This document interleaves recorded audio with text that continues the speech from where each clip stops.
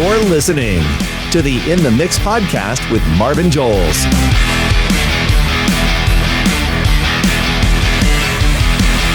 Here's your host.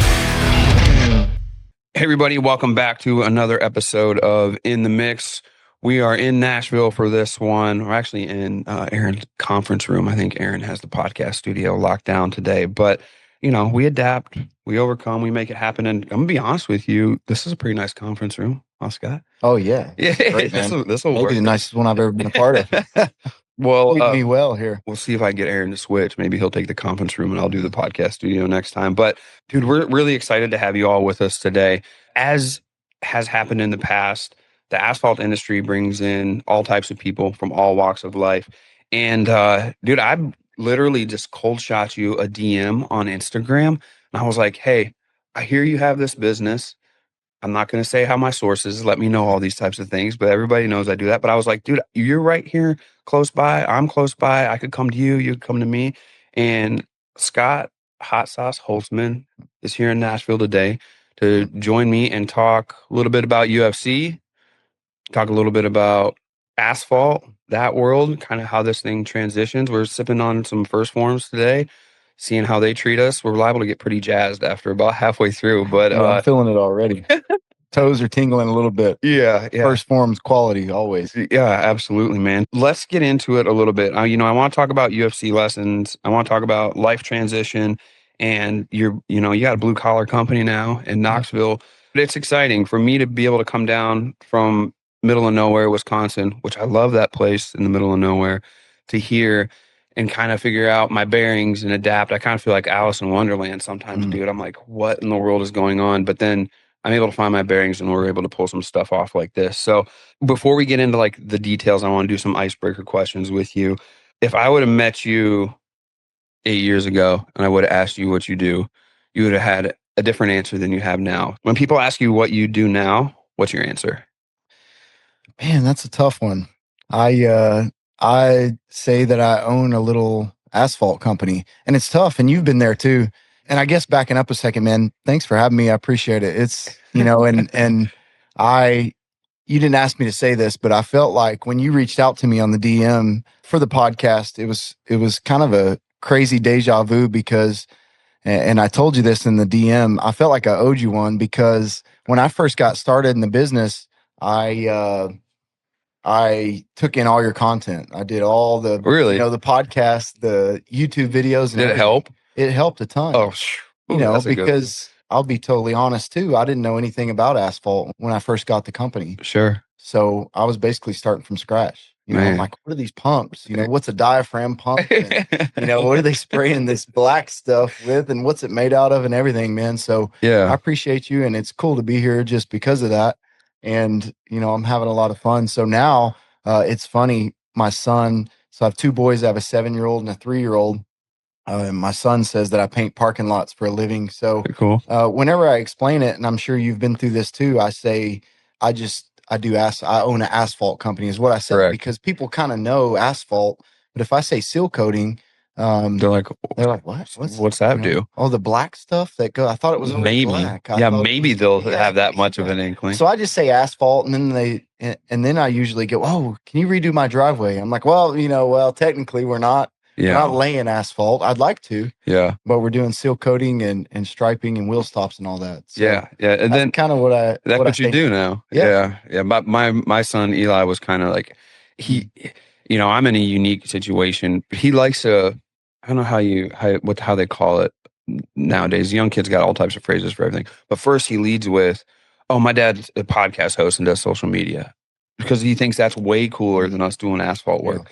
Where on my side, this is cool, but I still think like the asphalt side of it is probably the coolest when we get to the science of it and stuff. So it's really unique. I think it depends. If somebody asks and I'm like, I own an asphalt company, and they're like, oh, that's cool, and they don't care at all, then I'm like, whew, okay, dodge that one. But then if they're like, well, like, what does that mean? Like, what do you do? Can you do this? Can you do my driveway? Can you do this? Like, I get that question, right? And the answer is usually yes. Like I can get you to be able to answer yes. You know what I mean? So maybe we'll talk about that a little bit off the air. But Yeah, I think it's a unique thing. One more icebreaker question. We're recording this at about 10:30 or so, and I have a morning routine, things I do. What's one thing that the Octagon has taught you that you likely used already today? Is there anything? You get into these habits every day with the Octagon, and you wake up at the same time. Yeah. You have your coffee, and you get comfortable with those. And I think also the Octagon taught me today. I'm not waking up today with some guy trying to kill me on my mind. You know what I mean? So it's a little easier. Yeah. So I think some of my habits are a little different now that I'm retired and Sure. not having to worry about that. Today it was kind of like, oh, okay, well, I'm doing a podcast today. That's fun. Yeah, this is an easy one. Nobody's going to try to kill me in 3 months. No highly trained killer is going to try to kill me or anything like that. So, Yeah. so it was a little bit easier. It's interesting. Yeah, I got to imagine, when we had that question written down, I was like, this has got to be a tough one, especially, I tried to put myself in your shoes, and we have combat athletes on our podcast. We sponsored combat athletes before, and that is not my realm, dude. I trained, I'll tell you, I did one wrestling practice, and I was a football player. I thought, dude, football is tough, bro. I did one wrestling practice, and I was like, not the same for me. Like, I was literally dry heaving as a seventh grader. I'm like, nah, this ain't gonna work. And then Eli loves for me to tell this story. Up in Wisconsin, we have a gym, Chosen Few Gym, and there's been a couple people come out of that thing. And I went over there and trained BJJ one time. Just took one class, and this was after I'd lost quite a bit of weight. And they paired me with a woman, and I was like, whatever. Like, I get it. Okay, the new guy's with a woman, bro. She knocked the shit out of me, dude. She killed me, dude. I was crawling off of the mat when I was done, and I was like, yeah, this ain't for me. It's not my thing, So I can't imagine. I'm trying to be like, what lessons would somebody know from that? Which is why the question got brought up, because I was like, I don't know the answer to this one. This is a situation I've never been in. It's a unique one, and you made it even more unique because now you're in the asphalt industry, right? Transitioning, and here we are. So, building on that, I think anybody who's in the asphalt industry kind of knows some of those days get hard. Oh yeah. And when I first took on the company, I was like, you know what, I want to be there every day. I need to learn. I want to learn, and every day I'm out on the lots with the guys and learning how to do everything. I want to work on these pumps. I want to, hey, what's the material doing? Sure. What's the weather doing? I want to be out here every day. So some of those days get hard. Yeah, man. And like I said, when I was changing my son's diapers too, it's like, hey man, you fought in the Octagon. Like you can do this. Like you can be all right. Dude, like, hey man, you got a little bit of seal coat on your pants. You'll be all right. We had, I'll give you what I would imagine a comparison is. I would imagine somebody passing and getting in top mount position, passing guard, getting in mount position, being equivalent to your pump blowing the side of it out on a project, and the deadline's like today. Yeah. Where you're just like, I did not anticipate being here. I had everything checked so that I wouldn't be in this situation. And here I am in this situation. Either I get out of it or I don't get out of it. Right. And it takes me over. Yeah. I mean, there's business owner, you're there. There's already been so many situations like that where I'm like, all right, I'm going to go for the morning, get them started, make sure everything's good.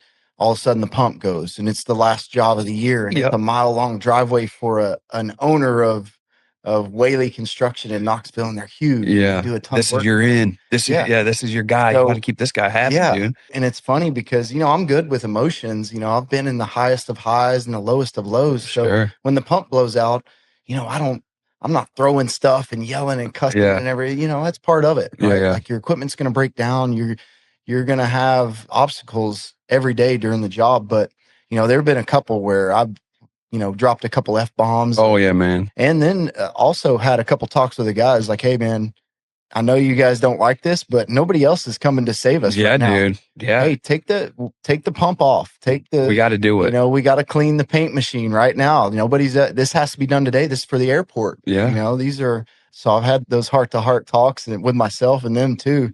Yeah.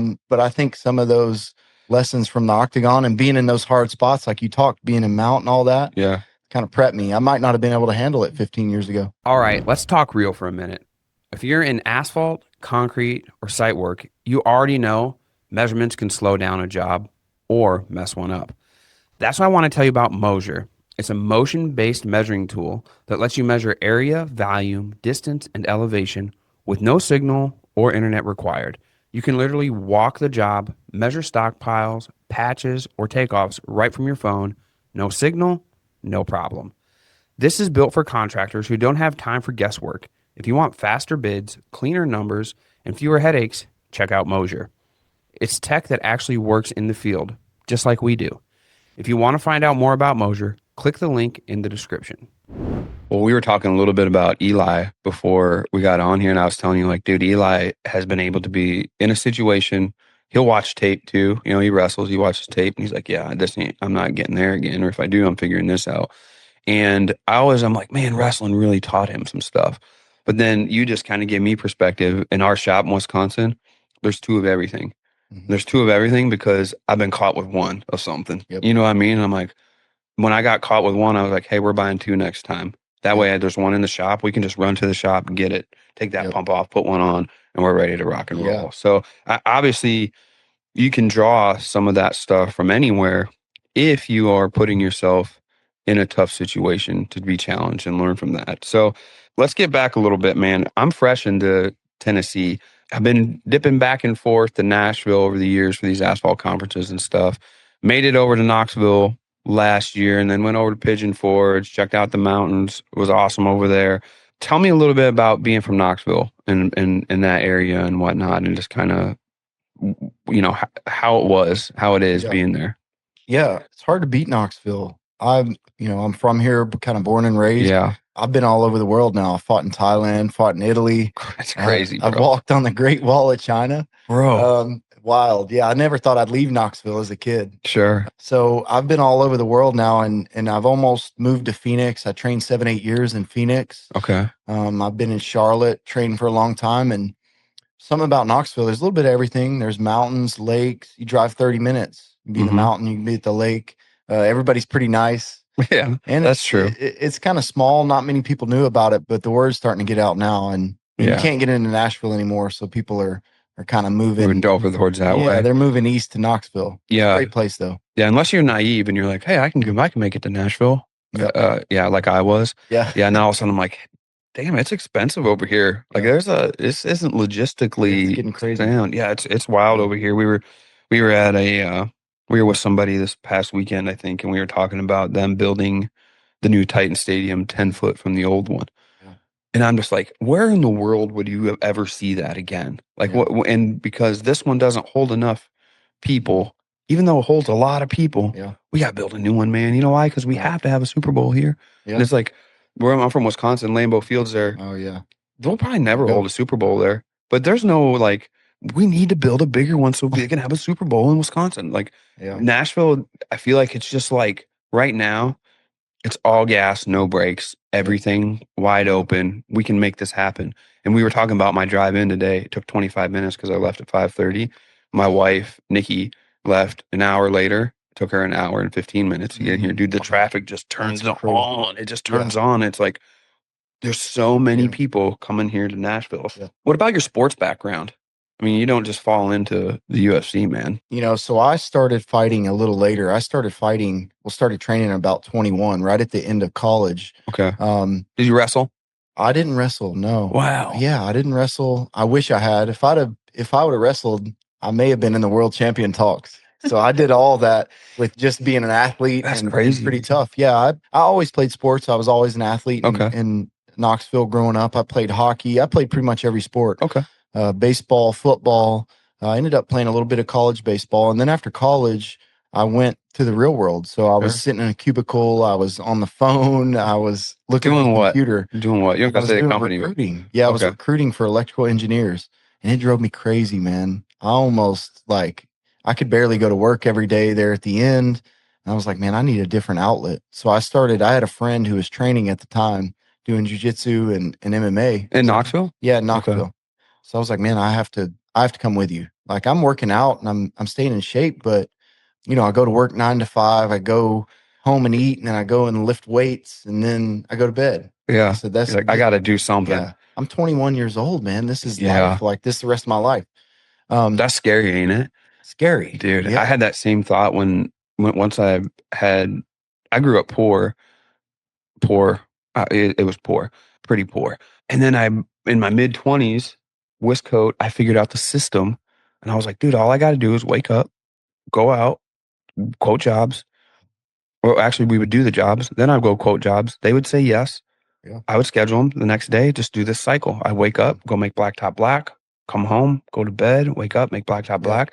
And I remember telling my family at that point, I was like, if this is what I do, I was 24, 25. Mm-hmm.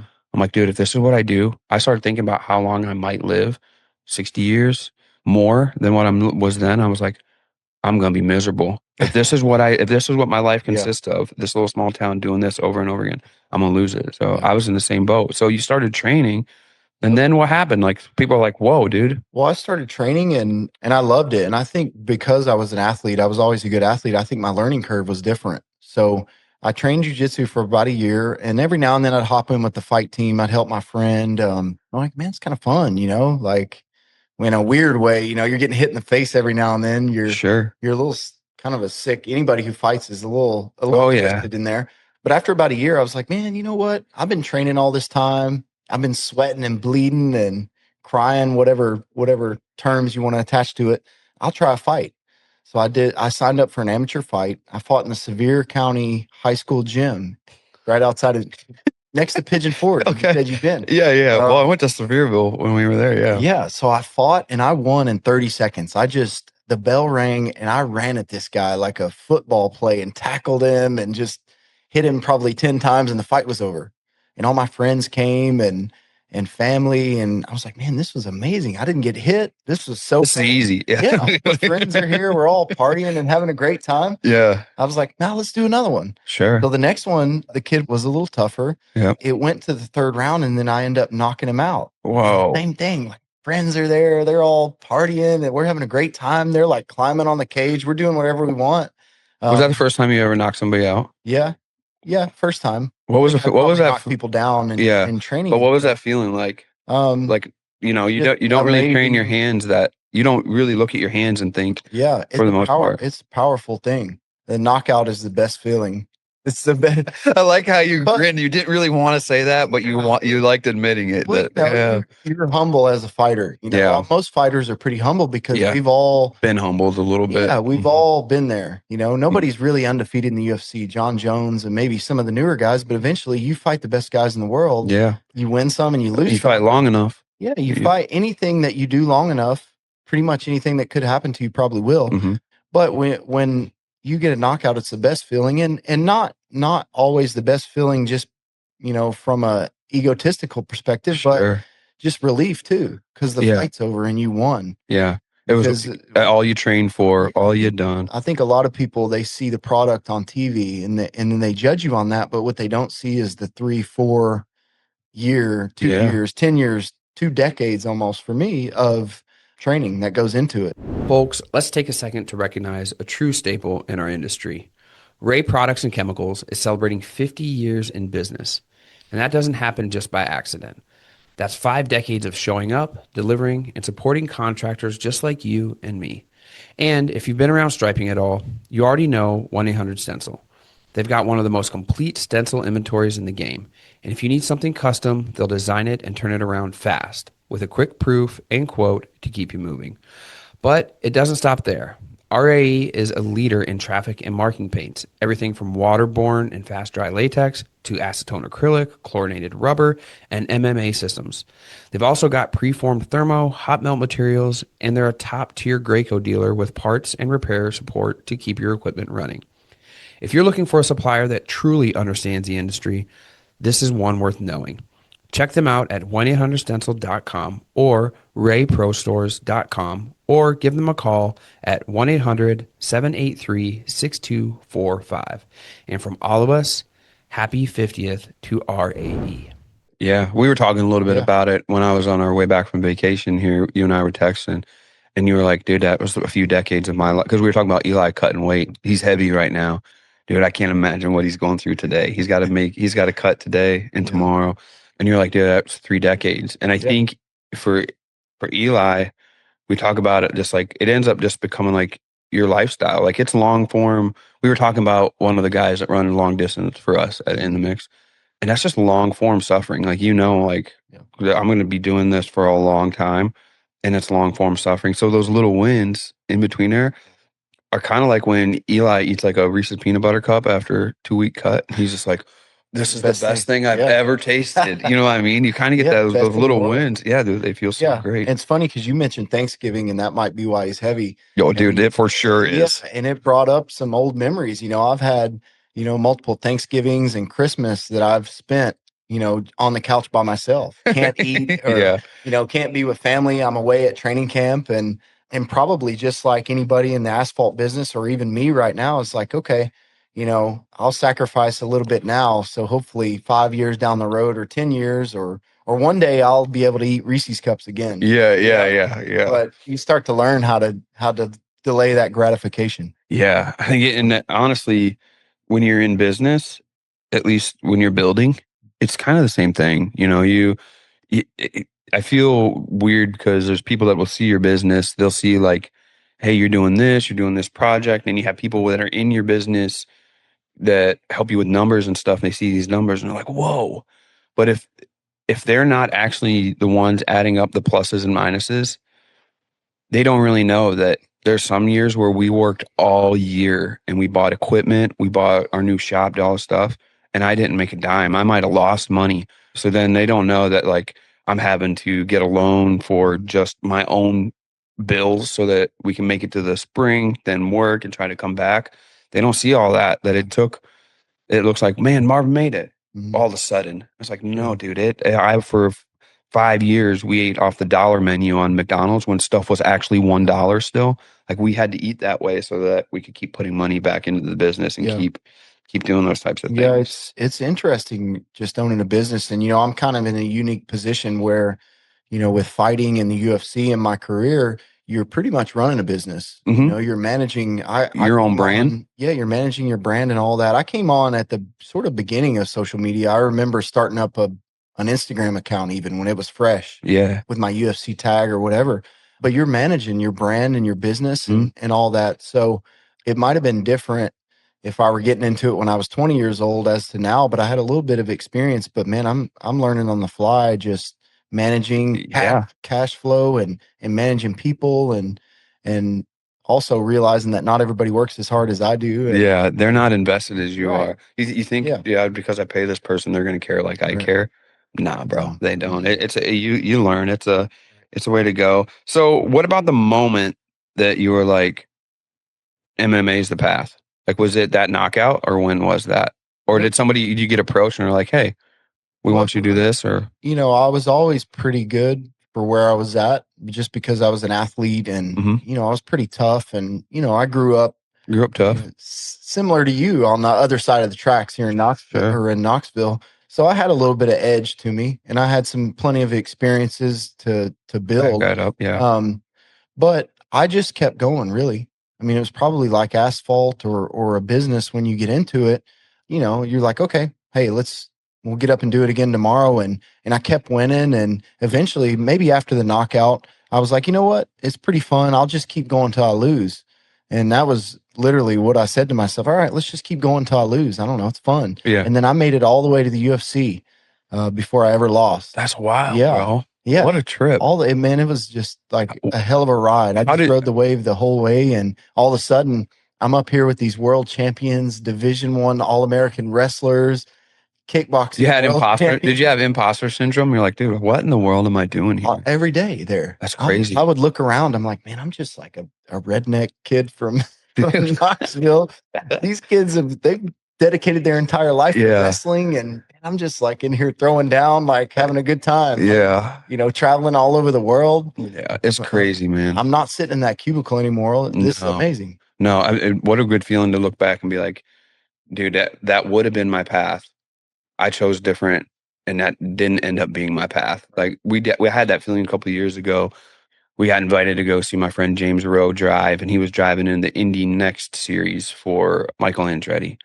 And within a 2-week span, I got to meet Mario Andretti, have breakfast with Michael Andretti, and then see Marco Andretti here in Nashville. And I was a racer in high school, to be honest with you. I didn't play football in high school. I switched. I raced ATVs. So I became motorsports junkie, dude. Everything motorsports.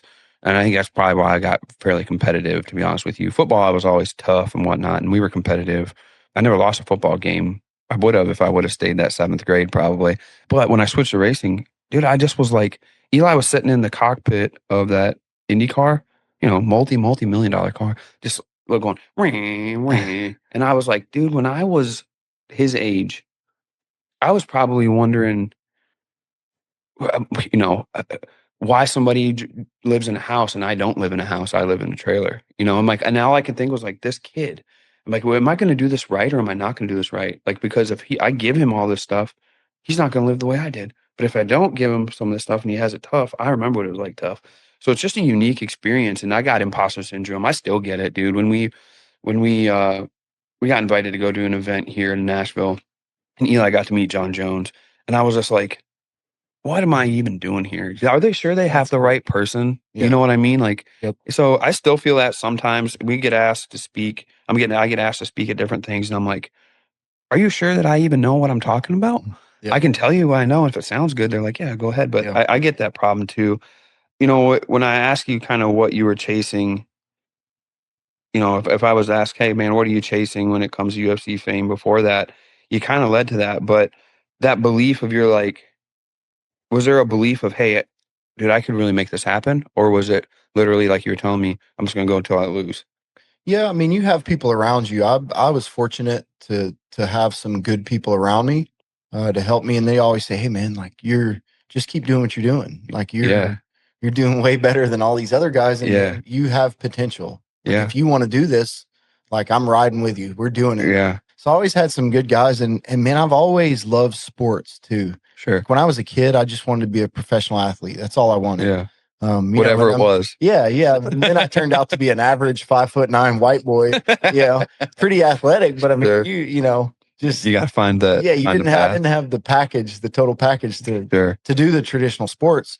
And then all of a sudden fighting their weight classes and all that. I'm like, okay, well, wait a minute. I just have to be better than a guy who's my size. And, I just have to be more athletic and tougher and be better trained and better shape. Yeah. I think it's man versus man here. Yeah. I'll put myself up against anybody. So, you talk about like your camp and like the people that were around you and stuff. And we have one of those. We have an In the Mix contractor group. We call it the Collective now. In the Mix Collective used to be the Blacktop Aaron Success Group, but literally it's just a group of guys that are trying best practices to be the best asphalt maintenance and asphalt paving contractors that we can be. And we literally are doing the same thing. We'll tell, dude, somebody will post a video or post a picture and we're like, dude, you nailed that. Like you were all worried about this. And then sometimes they'll be like, hey, I got a client that's doing this. I don't know what I should do. And we'll be able to walk them through steps of how to navigate this situation. And it sounds a lot like it because we'll get guys that we were talking beforehand. I was telling you that I've had some guys that'll come in and be like, man, I don't know if I can do this. And then by the end of the year, they're 6 figures. Their whole attitude changed. They're thinking, dude, what trucks do I want to buy? What pieces of equipment? I had a buddy that just went to Guatemala, and 2 years ago, he was pressure washing sidewalks or something. He's like, I don't know if I can do this. And he just went to Guatemala on vacation, lived his best life, and came back. So I think it's a lot of it is the atmosphere you're in. I would say that a lot. Sometimes if you can change your atmosphere, you can change your outcome.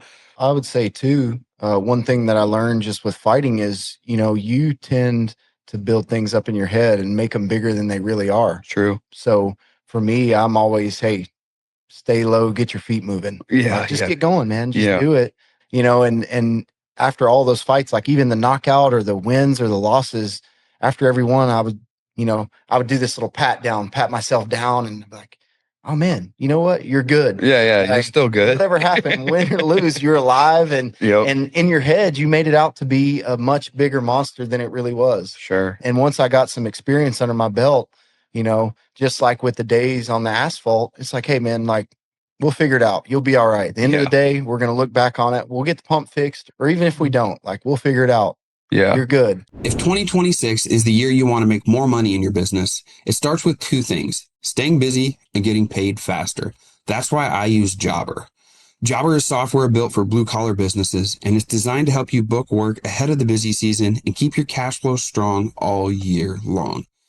Their marketing tools help you get found, look professional, and stay booked. Not just when the phone's ringing, but before the rush even hits. And once the work's booked, Jobber Payments helps you collect deposits up front and get paid faster, so you're not chasing checks or waiting weeks for the money that you've already earned. Bottom line, Jobber helps you stay busy and stay paid. If you want to make more money in 2026 with software built for blue collar, try Jobber for free today. The link's in the description. We were talking a little bit earlier before we got on here, and I can deal with a good pump. Like if the pump goes bad or I got flat tire, or we blew a hose on our Craftco one time right on the parking lot. So it was just a puddle. It was a hydraulic hose. And it was just this 8-foot puddle of completely saturated hydraulic fluid. I'm like, oh shit, this is a new one, man. Yeah. And I'm worried that, there's a beautiful parking lot, beautiful facility. I'm like, dude, the general manager's going to come out. I got to tell him that there's a spot. We're going to have to bump cone off. Like it's going to be awful. And, I call him up. I'm like, dude, can you come meet me out in the parking lot, whatever. And I'm like, going to deliver this awful news. I get out there and I'm waiting for him. He comes out and he's like, what's up? And I tell him what's going on. He's like, okay. I'm like, well, we're going to have to cone this off. We're going to have to like dry this out. Might have to remove it. It doesn't. All right, whatever. Yeah. And I'm like, well, this area of the parking lot is going to be shut down. All right, whatever. Is this it? I was like, yeah, that's it. He's like, I have 10 machines that just went down in there with some kind of software glitch. And we're down on production. He's like, I'm not worried about this. I trust you. Go ahead to get it taken care of. So here I was worried that this was going to be a huge thing and a disaster. And I think that guy probably thought whatever I was going to tell him was a disaster. And it put it all in perspective. Like, he's got much bigger fish to fry. I don't even know what his world is. This was nothing. And for me, I built it up to be this big thing of like, dude, he's going to tell us get out of here. Like, what kind of business are you running here? And it wasn't that at all. It was just like, oh, I hired you because you're the guy.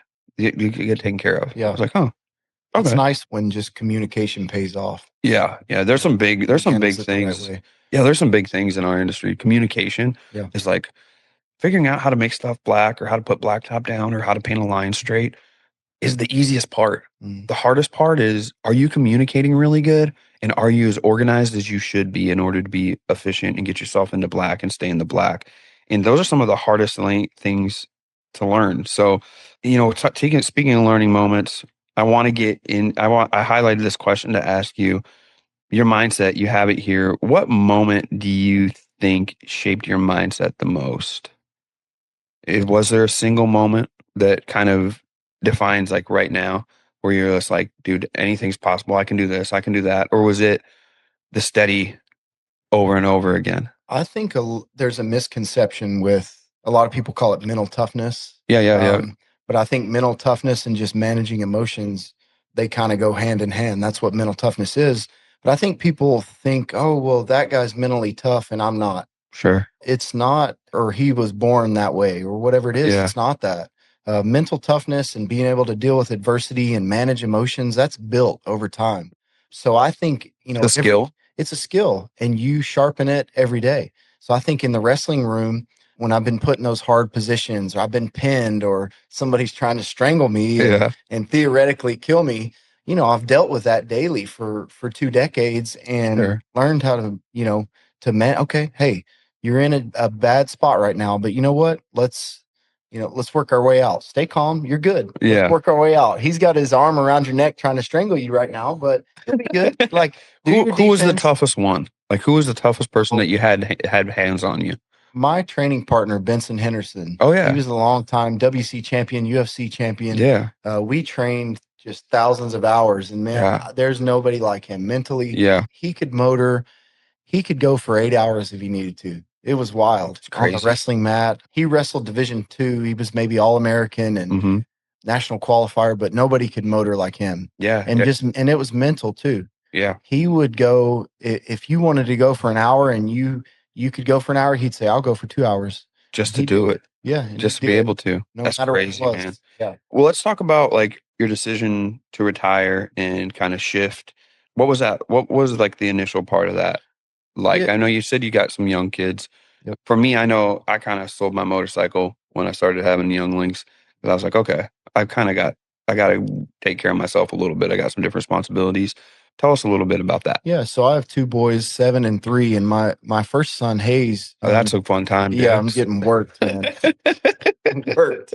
But fighting the Octogon was hard, but raising some kids a little harder. That's harder. But so when he was at first, I thought I wouldn't fight past 35. Sure. And then it was like, oh, well, if I'm still feeling good, I'll keep fighting. And then I was like, I definitely won't fight past 40. And I didn't. I think I retired at 38 maybe, but I probably would have been out a little sooner, but COVID kind of pushed everything back. And I had 2 fights during COVID with nobody. No one was there in the building. I've seen some of those kind of fights. No crowd or anything like that. And that was when I kind of realized, oh, you know what? Maybe I'm not like a blood and guts fighter. Yeah. I'm a competitor and I love to entertain a little bit. I love to hear the crowd roar and all that. Sure. And when there's no crowd, it's not as changes it. Yeah, it's like practice. You do that.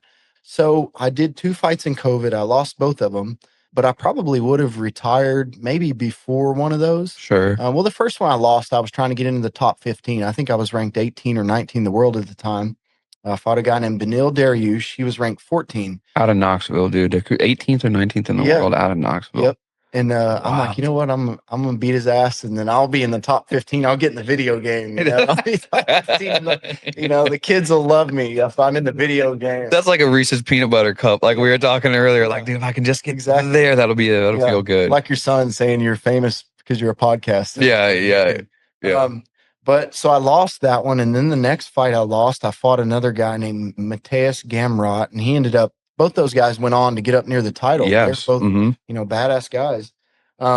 So then I lost 2 fights. I'm like, you know what? I don't want to fight with no crowd again. And they wouldn't even let my wife in the building for the fights. That's crazy, man. So looking back now, it was so ridiculous. Yeah, it was. What a crazy thing for humans to what a crazy thing for humans to panic. Yeah. And then go to those types of lengths. And then we get here and we're like, that was foolish. It was foolish. A whole entire human race, nearly. Now, there's some of us who didn't take that pill, right? But still, it's just so crazy where you're just like, very easily, if the majority of the world decided something, we're kind of at the mercy of that.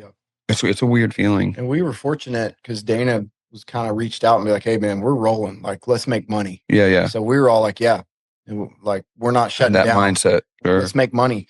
So I did that. So I fought 2 and then I lost those 2. And then I did one more. I'm like, this is going to be my retirement fight. But I told the UFC, I'm like, hey, I have to be in an arena. I need my friends and family. You guys owe me one. I fought 2 times in the quiet. In the quiet. So you guys owe me one. So they gave me one last fight in an arena. And so all my friends and family. That's cool. Come. Yeah. So it was great. That's cool. What was the hardest part, man, of walking away from it? Just not being around the guys. I mean, the guys are what I miss. People ask me, it seems like almost daily, hey, do you miss fighting?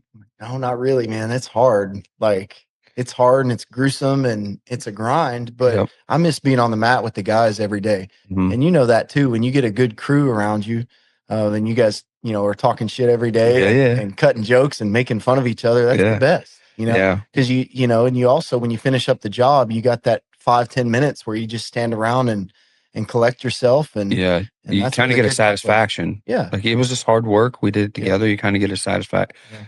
There's satisfaction in hard work. Yep. If you actually are doing hard work, it's hard to do hard work in a cubicle. Right. You know what I mean? So I'm with you on that. And I've been able to witness that with Eli. I think he likes what you like. I also like that aspect of it, but I think of it more in this media side and when I'm able to see all these people that I become friends with that are contractors. Payvex is coming up in February, and I get to see all these guys that I know went through the same thing I went through. They're in my group right here. We talk every day, iron sharpen iron a little bit and do that type of thing.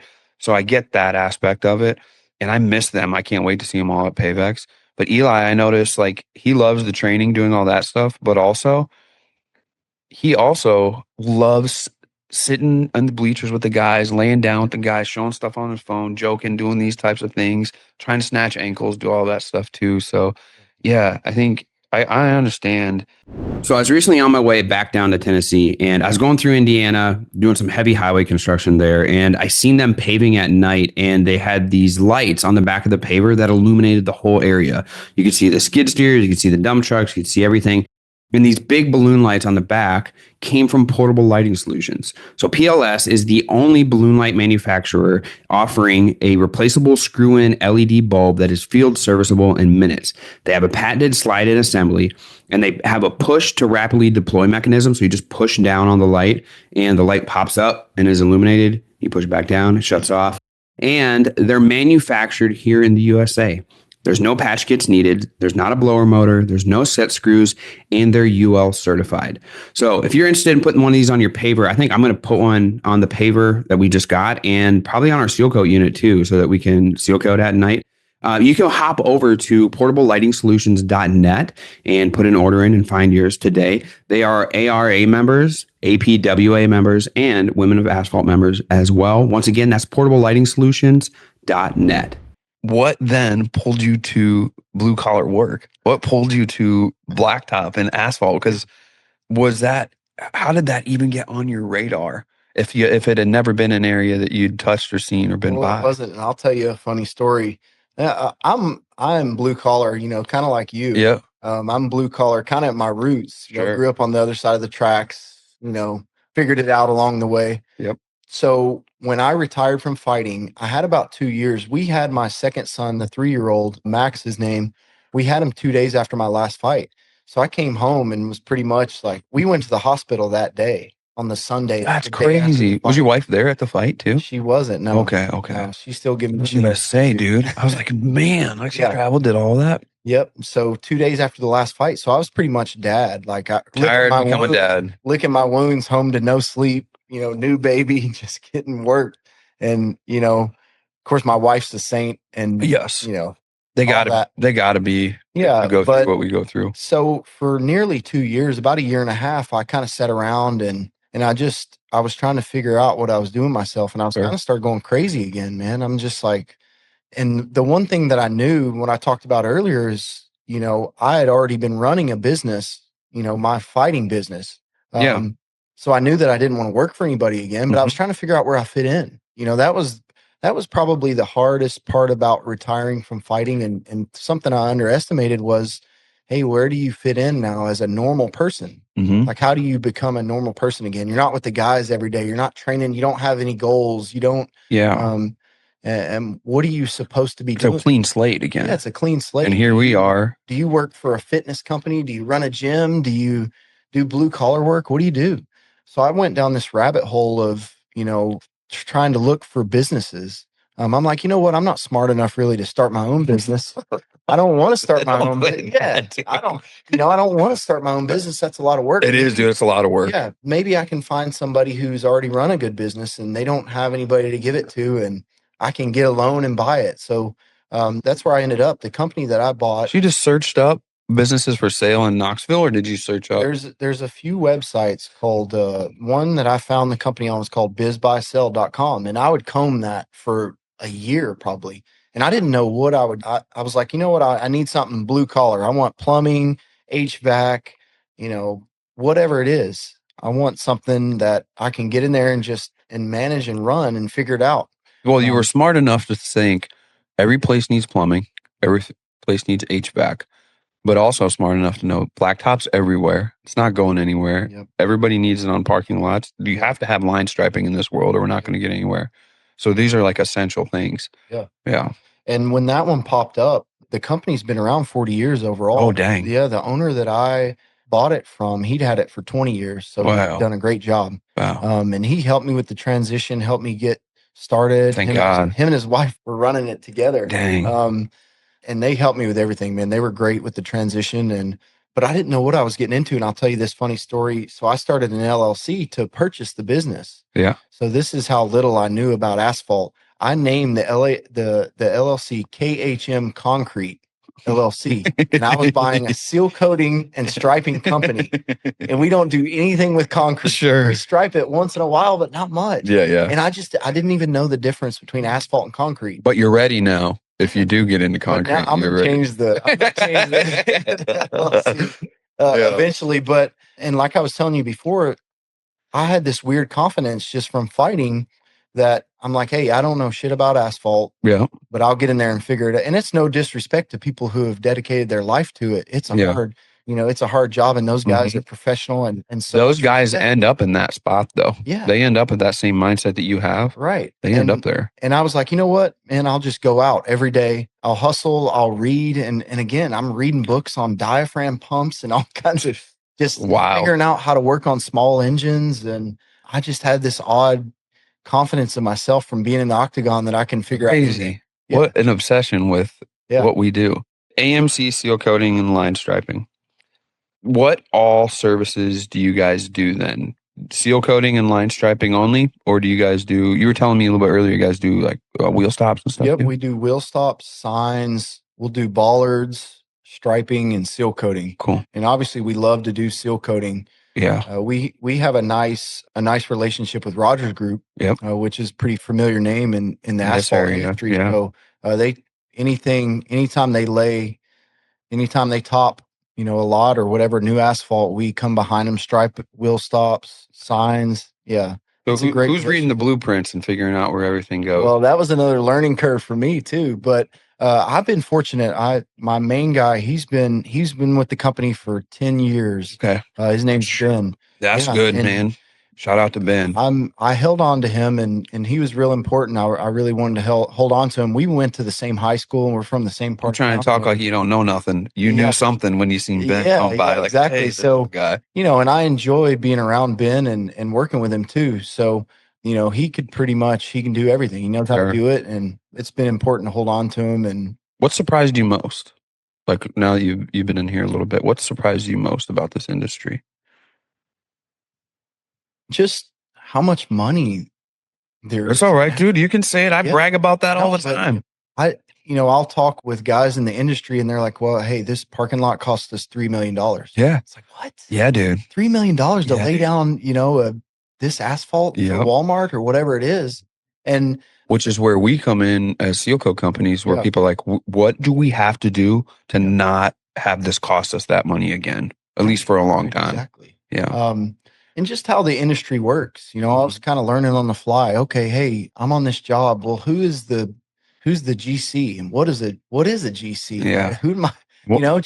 I'm learning on the fly, and I've had some funny confrontations too. And along the way, I've had two that are pretty notable. One was a homeowner when we were putting some signs in for Rogers Group, which is funny. I'll go down this path real quick because they're funny. We're digging a sign, and I'm standing there with my guy, and he's digging, and a guy comes out and goes, "Hey, what are you doing?" I'm like, "Oh, hey, how you doing? We're putting this sign in for Rogers Group. They own this little lot here in the neighborhood." And he's like, "No, you're not." He's like, "This is my house back here.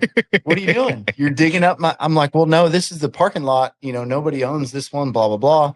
So I'm like, "Okay, well, let me make a call and make sure, and we'll get you squared away." Well, he got confrontation. Oh, heck yeah, they do. And they were like, "Hey, man, put that sign in. Like, this is our parking lot." You're the middleman, bro. Yeah, and so I tell this guy, and he's mad at me. He's ready to rock. I'm like, "Hey, man, they paid me to put this sign in. We're putting this sign in. I'm sorry."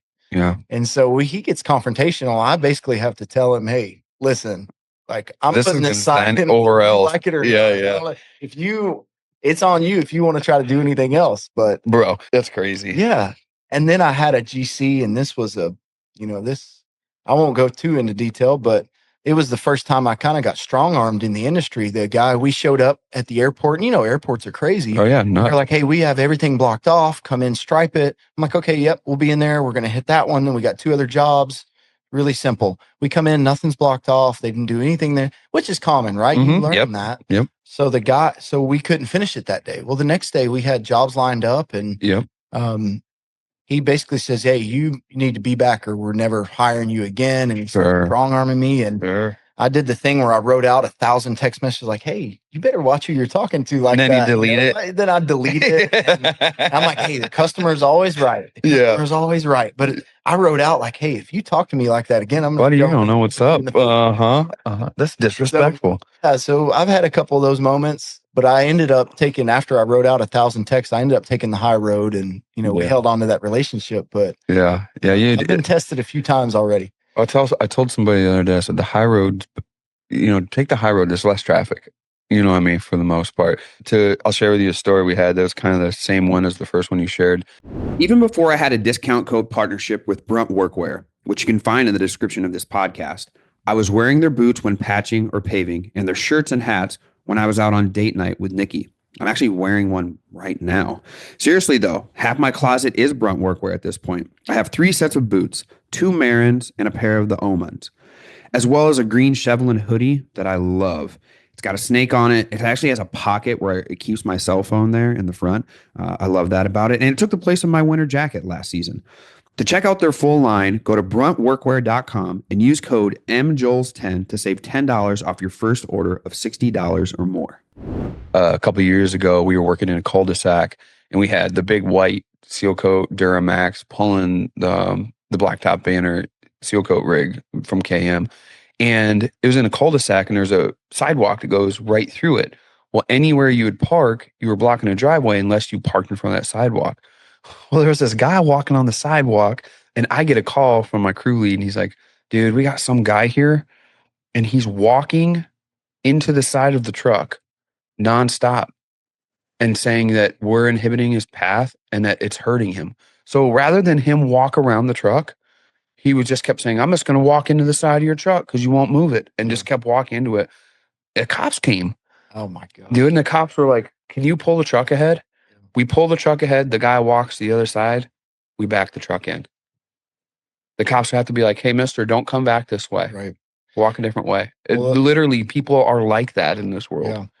And that was a couple times too, where I'm like, hey, well, listen, I know you're upset, but we're trying to make your space better. Mm-hmm. Like, we want to make it look better for you. They don't care, dude. Yeah. They got nothing else going on. Crazy. That guy that walked that sidewalk every day at this time. That's his walk. Yep. And we were messing with his walk and his cycle. That guy didn't try out jujitsu. He stayed in the cubicle. Right. Right. So literally that's where we would have ended up, I think, sometimes if I wouldn't done and that. that's another thing I've learned just with, working on asphalt is everybody's special too. Yeah. It's like you put your cones up. Some people are extra special. Exactly. You put your cones up after some fresh, seal coat, people just drive right over them. Oh, They yeah. say, no, I park here every day. Oh, yeah. It's like, well, hey, You're going to slip or, and hey, fall I'm on your coming back through in here wet sealer. because I need to get over there for my appointment. Yep. You Everybody's see it. special. I mean, once Crazy. you get into business, you've probably seen it.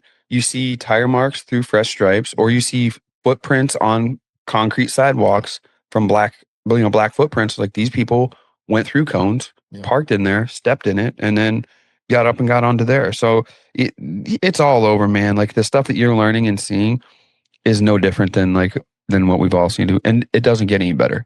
I'm going to be honest with you. You could put up an orange snow fence and somebody's going to step over it onto the sealer and do whatever. It doesn't get any better. Okay. What habits that you learned live in your business today? You've talked about a few of them. I got to imagine there's some parallels between fight prep and job site prep as far as like knowing your P's and Q's and whatnot. You got any of those that you can share with us? Yeah, I think just attention to detail.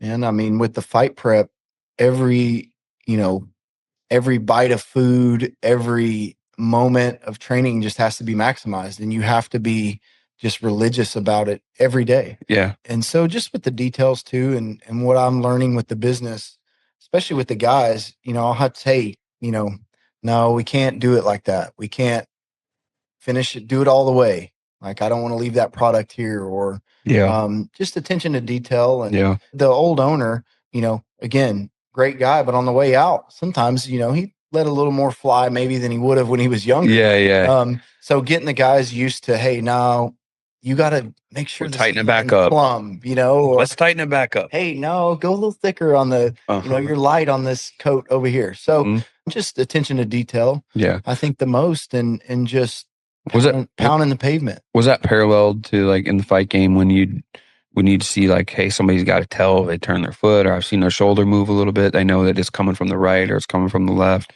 Is there a lot of that goes into it? Yeah, those details are huge in film study. Yeah, you do a ton of film study. And I was always, I was a blue collar worker in the fight game too, where every night, I would do my 2-3 sessions a day just to keep it short, 2-3 sessions. I'd eat all my meals exactly down to the gram of weight for the protein and all the macros. And then at night I would come home and I'd do my physical therapy. I'd do my stretching, my mobility, my film study, my ice bath. I mean, it was a full day of just detail. Working, grinding, of working. Actually doing the parking lot for an hour. Yeah. Consumed only an hour out of a 12-hour day. Yeah. The rest of the 11 hours was actually working. People ask me that, like, how many hours do you work a week? I'm like, I'm always working. It doesn't end, dude. Like, I have to blend. You've seen this. You have to blend life and work together. Like, I don't get to shut off life for any amount of hours, and I don't get to shut off work for any amount of hours. It's all the time. And you just learn that you do it together. You know, we were talking about being at Thanksgiving. Dude, I took calls. I set up what you and I were doing. There was no like, hey Marvin, you have to you don't work from here to there. You know, it just doesn't work like that. I would be on those lots. I mean, especially early on, I would be on the lot till 2, 3 in the day, and we'd finish up and then come home and get the computer out. Yeah. So I think just the work ethic kind of transferred over to, you know, sport lessons through sport transfer over to everything. Yeah. All right, we got a couple more questions, and then we'll get to the end of this thing. What is I have to ask this question. What's a UFC story that you can legally tell that is just like, bro, this happened. This actually happened. Like, is there one where you're just like, this was like the thing, the wildest thing that happened there, or like the craziest thing that happened, or it just was like, this is my life. This is real life. Like, that people would just be like, what existence is this that we live in? Is it legal if you just didn't get caught, or is it? Oh yeah, that's a really good good parameter of this thing. I'll tell you this, you know, fighters come from all walks of life, right? Yeah. And a lot of the backgrounds are rough. You know, so I've been around the Diaz brothers, and it's a small, just like the Asphalt world, it's a small world. So you're around those guys. Yeah. All the fighters, you know, John Jones, all the biggest stars, you're around those guys often. So, you know, and then you're grinning already. I'm trying to think of a nice way to say this. You know, when you get alcohol involved, and there were some high level UFC parties and for sure that they would put on. You got to come to Pavex. It's about the same thing. I went to Chattanooga last year. Did you? Yeah. I went to Chattanooga. I went to the classes and all that, but when you get alcohol involved, and so they had this big UFC party when IMG bought the company. And if you ever watched Entourage, Ari Gold owns the UFC now. So he was around, but they threw this big party and they gave all the fighters free booze and okay, it was wild. So there were fights between fighters in the back door and everything, but there was a worker in a wheelchair, and this fighter, I won't ever say his name, but long story short, he tried to fight a guy in a wheelchair, which is mind blowing. And the guy in the wheelchair, though, was like, hey, if you want it, you come get it. So they're squaring off, and I just happen to be a bystander. I'm like, hey, man, you got to calm down. This is real life. Yeah. You can't fight a guy in a wheelchair. You're a UFC fighter, too. What are you doing? That's crazy, bro. But, yeah, just so many stuff. And guys. Yeah, that's how it goes, man. Yeah. I think you get you got to imagine, too. I have to imagine, Scott, like, you're standing there being like, whoa, this is how this become my life. There's probably very few people that don't feel that in some capacity when they're there, because you know this. I mean, that wasn't around when you were younger. Like, it just wasn't this thing. All for UFC, for the fighters that are there, I got to imagine it's just like, this thing happened at the same time that we were doing this thing. We all are just here, and what a crazy situation in life to be in. And then, like you said, you get, not that this is alcohol, this is the first form I'm cracking into, but you get that involved, and you're just like already celebrating the fact that we don't have to live a normal 9-to-5 cubicle job working for somebody. I used to be 300 pounds, 297 to be exact. And if you're around me at Asphalt or construction expos or in my circle, you remember that Marvin. I'm not him anymore. I've all but eliminated the choices that got me there in the first place. And I'm down about 100 pounds over the last few years, all from making better choices. I know it's hard in our industry to find time, and that those gas station stops are way too convenient, but we in our industry aren't getting enough of what we need to live healthy and stay productive, with those choices being our constant. Besides prepping my own food, I choose foods and supplements from First Form to help me get to where I need to be, along with a regular exercise routine. You've seen my posts over the last few years about using First Form's products to get what I need into my body on the road and keeping out excess of what I don't need or want. I use at least one First Form product every day to ensure I stay on track. I've worked way too hard to let this slip. If you use the link in the episode description, you'll get free shipping on orders over $75 from First Form today. If you reach out to me personally via DM or email, I would love to tell you about what I use and my experiences using First Form's products. And that is a really important thing of perspective that I had a little later in my career. Is like, hey man, you're in it now and you have all these goals and, oh, I wanted to be in the top 15 and I want to go get the belt. And I started realizing about midway through my career that I was just never going to be happy. Every fight that I would do, I'm like, man, well, you could have done this better there. Sure. Or, oh, you won and you knocked him out, but the first round was shit. Yeah. And then the fans tell you that too. Social media. Oh, dude, it's brutal. We're so accessible now. They burn you to the ground on there. Especially with the betting, when you lose people money. I've had people threaten my family and all kinds of, just say it's craziness, bro. Just cut you to the bone on there. But I started realizing that I would never be happy with it. Sure. And so, whatever it was, I think the most important thing was just having perspective. About midway through my career, I started saying, hey man, step back for a minute and look at what you're doing. Look at yourself from somebody else's or your third eye or whatever. Yeah. And just look what you're doing, man. It's pretty special. Yeah. This is a cool deal. You've done a lot of cool things. You've walked on the Great Wall of China, man. You never thought you'd leave Knoxville. You've been to Italy and you fought in Thailand.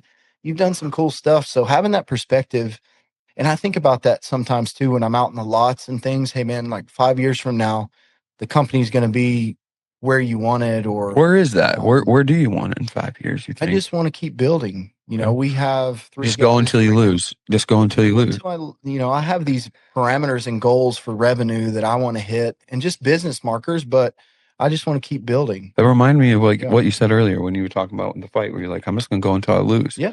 I think the same thing. Yeah. I want to leave it better than I found it. Yeah. And I just want to just keep improving, keep building. Yeah. So I think that's a great thing to do. Right? We're at the BuildWit office right now, and you're like, hey, we want to keep building. BuildWit's one of their main, their main product is called Improve, BuildWit Improve. And I think that it just becomes, whether you're fighting or whether you're building an asphalt business or a dirt world business, you just realize like these are the elements that make me successful. I just keep going. I just keep improving. We just keep building. And we do this on repeat over and over and over again. I'm going to tell you some news, bro. When you get there in 5 years, you're going to be the same way that you felt before, where you're like, well, that was a shit first round. Yeah. I think about that a lot. I'm over 20 years in with Westcoat. The first 10 years, I was an idiot, dude. All that shit I did, I wasted so much time, effort, and energy. And I'm like, man, so it's not any different. What would you tell somebody that wants a fresh start? This gear shift that you've been in, from going from the Octogon to the pavement. Yeah. What would you tell somebody on a fresh start? You studied a lot from what it sounds like. Like you were consuming quite a bit of content. Yeah. I would say just don't be afraid of it. It's like anything with those fights. I knew that I was facing a guy for 3 or 4 months, a highly trained killer, and I just went and did it anyway. But I'd say business the same way. I didn't know anything about asphalt, man. And I was like, you know what? This is it. We're in it. So let's learn. This is what I was looking for. I didn't know what business it was going to be, but this is the bit I wanted, a business. Yeah. And now we're seal coating. So you just can't be afraid. You got to get in there and get your hands dirty. Cool, man. Yeah. Dude, I appreciate you being here. Yeah. We embody quite a bit here In the Mix. The latest thing has just been asphalt as opportunity. Yeah. And it's just a crazy thing, to have somebody like yourself who created an opportunity, seen it and seized it, and then transitioned to another industry that's just chocked full of opportunity. And you're like, oh, yeah, there's some money here. There's stuff we can do here. One thing I like about the asphalt industry is you can screw it up for 10 years and still be quote unquote successful at it. Like I did. I messed it up for 10 years until I learned, I got mentors, got around the right people and shifted and did stuff right. There's a buffer there. Thank God. Otherwise, man, there's no way I would have made it. And I feel like even on some days I get caught, same way that some people get caught in the Octagon or caught on a wrestling mat or wherever. and I didn't see it coming. It hits me, but you just get up and go back to what you know, right? You get down onto a knee or snag an ankle, whatever the heck you can do to get going. And man, Keep your feet moving. keep your feet moving. I like it. That'd be the one sentence, like keep your feet moving, man. Well, I really appreciate you joining me today, man. It was a pleasure. I really appreciate you making the trip over here.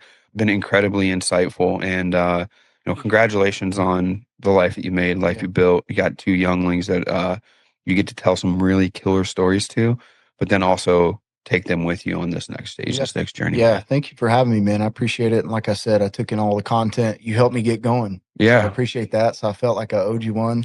So excited to see the podcast keep growing and everything. Cool, man. Thank you. Yeah, absolutely. All right, y'all. As always, we can't thank you enough for listening in, tuning in, watching, doing everything. For myself and for Scott here in Nashville at In the Mix, as always, asphalt is opportunity. Peace.